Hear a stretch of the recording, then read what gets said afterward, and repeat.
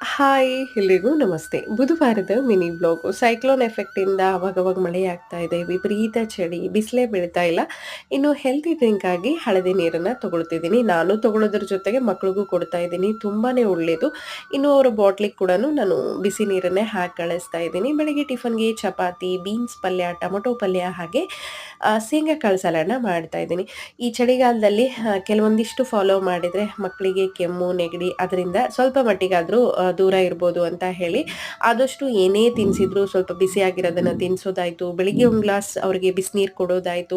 ಆಮೇಲೆ socks ಹಾಕ್ಬೇಕಾದ್ರೆ compulsory ಸ್ವಲ್ಪ ವಿಕ್ಸನ್ನ ಹಚ್ಚಿ ಹಾಕೋದಾಯ್ತು. ಕಿವಿಯಲ್ಲಿ ಕಾಟನ್ ಹಿಟ್ಟು ಸ್ಕೂಲಿಗೆ ಕಳಿಸೋದಾಯ್ತು. ಹಾಗೆ ಸ್ವೆಟರ್ ಹಾಕಿ ಕಳಿಸೋದಾಯ್ತು. ಈ ತರ ಮಾಡೋದ್ರಿಂದ ಆದಷ್ಟು ಕೆಮ್ಮು, ನೆಗಡಿ ಅವಾಯ್ಡ್ ಆಗತ್ತೆ. ಸೊ ಅದನ್ನ ನಾನು ಕಂಪಲ್ಸರಿ ಫಾಲೋ ಮಾಡ್ತೀನಿ. ಇನ್ನು ಅವರ ಲಂಚ್ ಬಾಕ್ಸ್ ಕೂಡ ರೆಡಿ ಆಯ್ತು. ಹಾಗೆ ಅವರು ಕೂಡ ರೆಡಿ ಆದ್ರು. Please subscribe. Thanks for watching.